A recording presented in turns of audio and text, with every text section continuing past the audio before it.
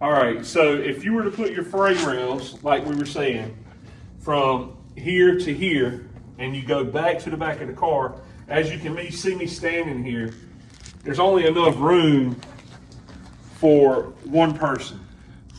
Well, we want to have at least a two-seater car to where two people can fit in it. So if you have to move over enough to where the other person is going to be sitting on the other side of the car. But what we need to make sure the car is symmetrical. So the car has to be parallel, but we want to make it wider than what the engine cradle is.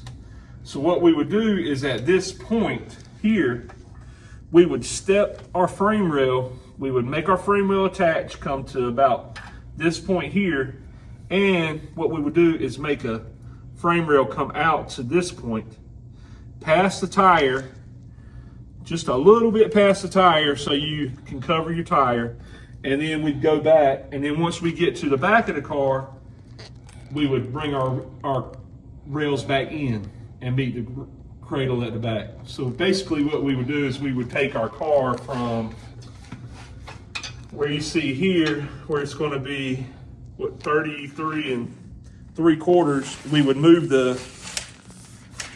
now, and this is just a guesstimate, guys. We'll get more on you would bring the actual rails out to probably about 67 inches. But your 67 inches, you want to have center. So whatever half of 67 is, you want to have half on this side of the car and half on this side. And what you're saying is not precise of what they could do. They could actually go on, look online or look at their cars and things like that. They can make it, as long as there's enough room for two people to sit side by side, you can figure that out on your own. Okay. If on your car, if say you wanted to make your wheels where they're inside, some people might want their wheels to be outside of the fender. Some people might want them to be inside of the fender. However you design your car on the outside, that's your preference about where you want to be. Okay.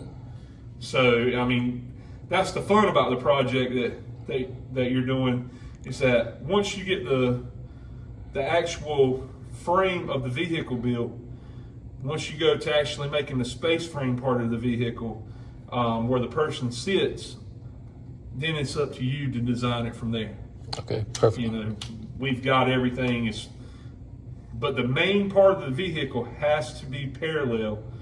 Everything that you build off of, you have to build off of the actual frame rails that we put in.